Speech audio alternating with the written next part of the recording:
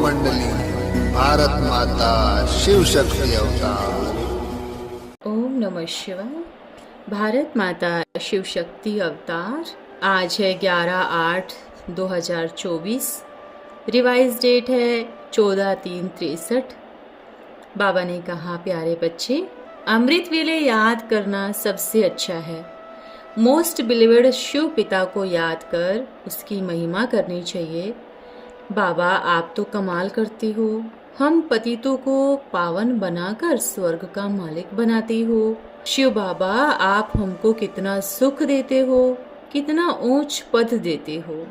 गीत है, न वह हमसे जुदा होंगे। ओम नमः शिवाय। यह गीत भी बड़ा सुंदर है। बाबा ने बहुत बार समझाया है कि घर में ऐसे ऐसे थोड़े रिकॉर्ड हो और जब मन मुरझा जाए तो 2-4 गीत बजाने से बहिश्त में आ सकते हैं, फिर से सुरजीत हो सकते हैं। ऐसे कई गीत शिव बाबा की महिमा के हैं, क्योंकि जानते हैं कि अब हमको शिव बाबा के साथ जाना है। इस समय ही शिव बाबा गाइड बनकर आते हैं। उनको ही पतित पावन कहा जाता है। शिव के चित्र में पतित पावन अक्षर भी आना चाहिए। सर्व पतितों को पावन बनाने वाला एक ही परमपिता परमात्मा है। बरोबर गांधी भी कहते थे, वो भी अपने को पतित समझते थे। इससे सिद्ध होता है कि जो भी देहधारी मनुष्य है इस समय सब पतित हैं। कोई भी मनुष्य किसको पावन नहीं कर सकता, यह बहुत अच्छी रीति समझाना है। पतित दुनिया और पावन दुनिया, सतयुग अलग है, कलयुग अलग है। इस समय जो भी मनुष्य आत्माएं हैं, सिर्फ जीव आत्मा कहने से 84 लाख योनियां भी आ जाती है, परंतु खास मनुष्य आत्माओं की बात है तो सभी इस समय पतित हैं। ऐसे नहीं कि जो धर्म स्थापक आते हैं वो कोई पतित को पावन बनाते हैं। वो तो जब आते हैं ऊपर से तो पावन है ही। इस समय तो सारी दुनिया का सवाल है। यह सृष्टि ही पतित हो चुकी है। हम जानते हैं कि जब परमपिता परमात्मा की जयंती हो तो सभी पतित से पावन हो जाते हैं। आत्मा को ही पावन और फिर पतित होना है। ऐसे नहीं कि जो पावन आत्माएं आती है वो आकर सभी को पावन बनाती है, नहीं, बहुत थोड़े को बनाती है, आटे में लून जितने को, जो उनके धर्म के गुरु बनते हैं। अपने ही धर्म की पालना अर्थ उनको पावन बनाते हैं। पावन बनने बिगड़ तो धर्म की वृद्धि हो न सके। बाकी सारी पतित दुनिया को पावन करने वाला एक है, उनकी जयंती ही हीरे तुल्य है। बाकी सभी कोड़ी तुल्य है। वो ही सारी दुनिया को पावन बनाए, हीरे जैसा बनाते हैं। हीरा पवित्र को और कोड़ी अपवित्र को कहा जाता है। वहाँ तो सब हीरे जैसे हैं। हीरे में भी नंबरवार है। सभी आत्माओं को अपना अपना पाठ मिला हुआ है। देवी धर्म की आत्माओं को कितना भारी पाठ है। तो जयंती एक ही पतित पावन की मनानी है। वो ही सभी को आकर सद्गति देते हैं। बच्चों को समझाना भी ऐसे है।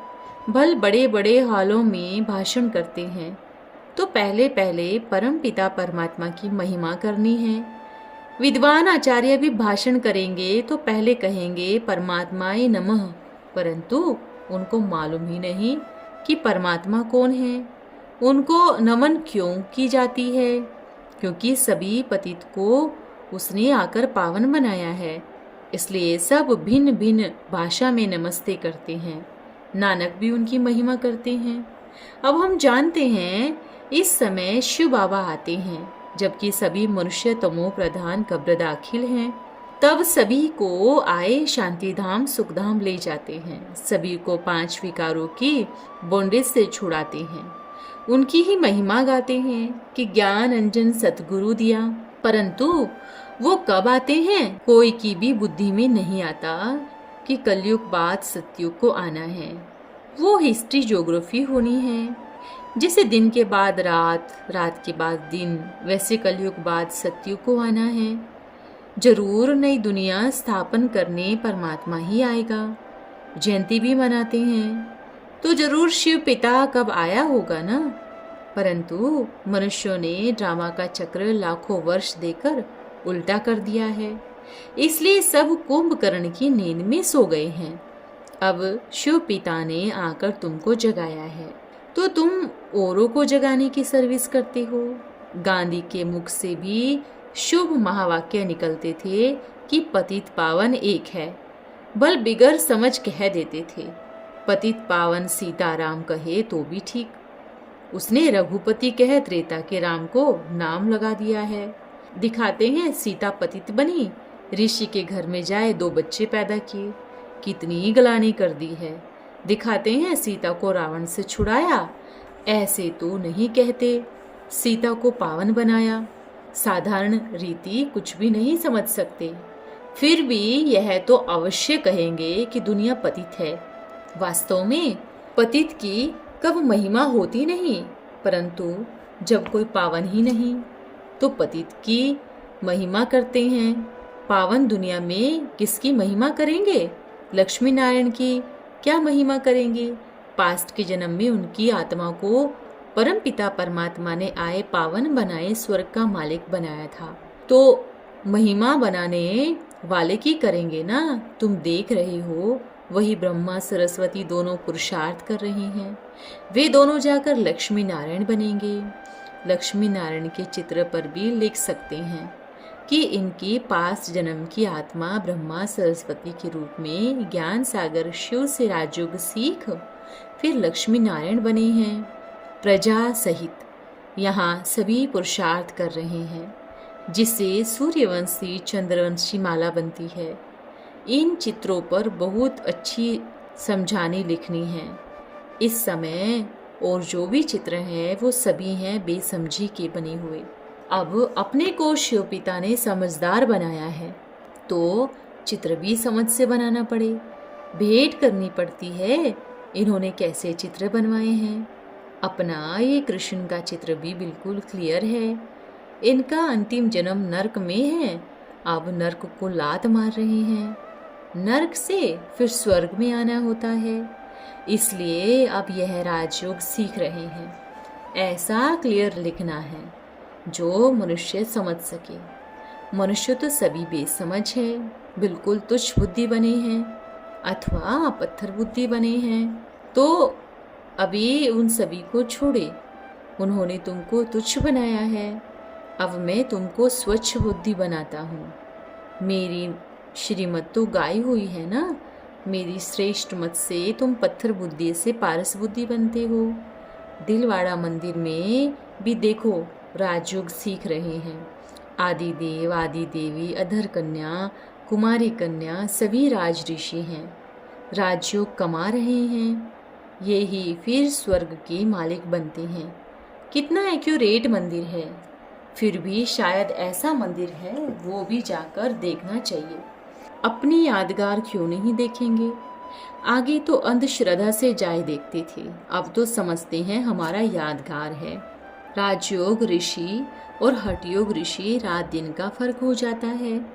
राजयोग ऋषि बनाने वाला है शिव और हठयोग ऋषि बनाने वाले हैं शंकराचार्य। जैसे शिव नाम है उसको भी आचार्य कहेंगे क्योंकि ज्ञान समझाते हैं, वैसे इनका नाम शंकर है। फिर तत्व भी ज्ञान सुनाते हैं, तो शंकर आचार्य नाम पड़ा। बाकी उनका वास्तव में कोई शास्त्र है नहीं, वो तो निवृत्ति मार्ग वाले हैं ना। सन्यासियों को बैठ शास्त्र पढ़ने की दरकार नहीं। जैसे अभी हमको शिव पिता समझाते हैं तो हम समझते हैं, वैसे शंकराचार्य ने भी जो समझाया होगा वो सुना होगा।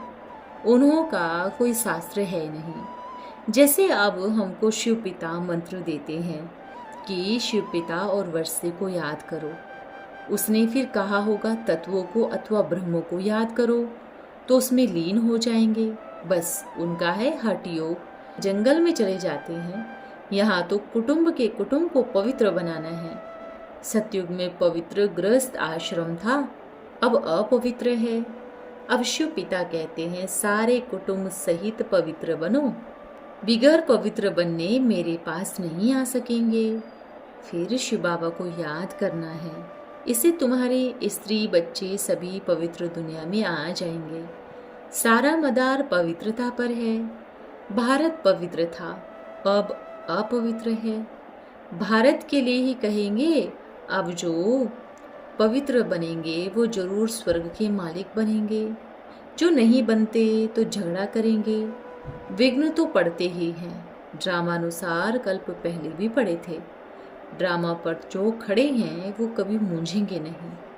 है तो बड़ी सहज बात, प्राप्ति बहुत भारी है। कन्याओं माताओं सबको पवित्र बनाना है, नहीं तो शादी बर्बादी हो जाएगी। तो इसलिए पतित पावन अक्षर शिव बाबा के ऊपर जरूर लिखना है। इनकी जयंती ही हीरे तुल्य है। बाकी सभी गुरु गोसाई की जयंती अब दुनिया ही कोड़ी तुल्य है, तो इसमें इनका भी मान है। सभी तुम्हारे पास आएंगे, पवित्र जरूर बनेंगे। पवित्रता को ही हीरे समान कहा जाता है। गीत भी बच्चों के लिए बहुत अच्छा है। हीरे जैसा बनाने वाला शिव पिता को कब नहीं छोड़ेंगे। अपवित्र कुटुंब से मोह हट जाना है। हीरे जैसा मिल गया फिर किसकी परवाह है। परवाह थी पार ब्रह्म में रहने वाले परमात्मा की, वह मिल गया फिर किसकी परवाह। हर बात में नष्टो मोह चाहिए। बुद्धि क्लियर है तो धारणा भी होती है और पद भी ऊंचा पाते हैं। देखते हो मम्मा बाबा सर्विस करते हैं तो उनका पद ऊंचा है। बच्चों का तो और ही अच्छा पद है। माँ बाप के तख्त पर तुम बच्चे जीत पहनते हो नंबरवार। बच्चों का तो हक है माया पर जीत पाना, शिव पिता से राजभाग का वर्षा लेना। हाँ, इतना अवश्य है, जो तीखे हैं वो पहले वर्षा लेंगे। बच्चे बने हो तो वारिस तो बनेंगे ना, परंतु पास विद ओनर होना चाहिए। बाकी थप्पड़ खाई फिर टोली मिले, ये तो बेइज्जती हुई ना। वैसे तो दास दासियों का भी मर्तबा कितना है। जब कोरोनेशन आदि होता है तो जाए क्वीन और किंग का पेशगिरी उठाते हैं, वो हुए रॉयल दास दासियाँ। तुमको तो बाबा स्वर्ग का मालिक बनाते हैं। कहते हैं मेरे को याद करो तो पापों से मुक्त होंगे, तो और कोई की महिमा नहीं है। मनुष्य की महिमा है बर्थ कोड़ी और शिव की महिमा है बर्थ पाउंड ब्लिक डायमंड। अब बाबा शिव का चित्र फिर नया लिखत सहित बनवाएंगे। जब तक बने तब तक उन पे चिटकियाँ लगा सकते हैं, जिसमें लिखा होता है त्रिमूर्ति शिव जयंती इस गीता जयंती, शिव जयंती इस बर्थ डायमंड। बाबा ने 30/40 साइज वाले झाड़ और त्रिमूर्ति लिए होल्डिंग बनवाई थी, वो लगा देनी है। बाबा को चित्रों का बहुत शौक है, क्योंकि हम बनवाते हैं अर्थ सहित, बाकी सभी चित्र हैं अर्थ रहित। जैसे सच्ची गीता बनवाई है वैसे सच्चे चित्र भी बनवाने हैं। अच्छा, आज सद्गुरुवार है, यह भी हमारे लिए है। बाकी मनुष्यों के लिए है झूठी गुरुवार। सभी गुरु लोग झूठ बोलते हैं। पहला नंबर झूठ है ईश्वर सर्वव्यापी कहना। फिर सेकंड नंबर है गीता का भगवान कृष्ण है। ये दोनों है झूठ के बड़े बॉम्ब। इसलिए कोड़ी तुल्य नरकवासी बन पड़े हैं। तो बहुत नुकसानकारक हुए ना। हर एक बात सिद्ध कर लिखनी है। हम बहुत अच्छी कमाई कर रहे हैं। बच्चे माँ बाप के तख्त पर हक जमाते हैं तो कितनी खुशी होनी चाहिए। शिव का चित्र सामने रख भोग लगाना अच्छा है। गुरुद्वारे में ग्रंथ के नीचे भोग रखते हैं, वास्तव में रखना चाहिए गुरु नानक के चित्र के आगे। ग्रंथ थोड़ी ही भोग खाएंगे, जैसे गीता को भोग थोड़ी ही लगाया जाता है। अब तो अपने शिव बाबा को ही भोग लगाएंगे ना, तो शिव बाबा याद पड़ेगा, विकर्म विनाश होंगे। ये भी अच्छी युक्तियां हैं। शिव पिता के पास जाना है इसलिए याद करते हैं। याद नहीं करते तो गोया नहीं जा रहे। हमारी परवरिश शिव बाबा ही करते हैं। जो खिलाते हैं उसको जरूर याद करना पड़े। यह भी प्रैक्टिस बहुत चाहिए। अमृत वेले याद करना सबसे अच्छा है। शिव बाबा आप हमको कितना सुख देते हो। कितना ऊंच पद देते हो। जो याद करते होंगे वो अनुभव बताएंगे। ऐसे हम मोस्ट बिलवेड शिव पिता को याद कर उसकी महिमा करते हैं। बाबा आप तो कमाल करते हो, पतित को पावन स्वर्ग का मालिक बनाते हो।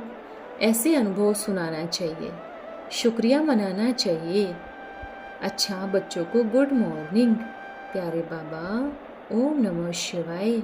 आज का वरदान है पावरफुल आत्मा भव।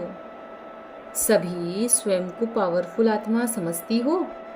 हमारी आत्मा कितनी पावरफुल है, इसकी परख किस आधार से कर सकते हो। पावरफुल की परख है, एक तो उसका पुरुषार्थ का मार्ग स्पष्ट होगा, अर्थात लाइन क्लियर देखने में आएगी।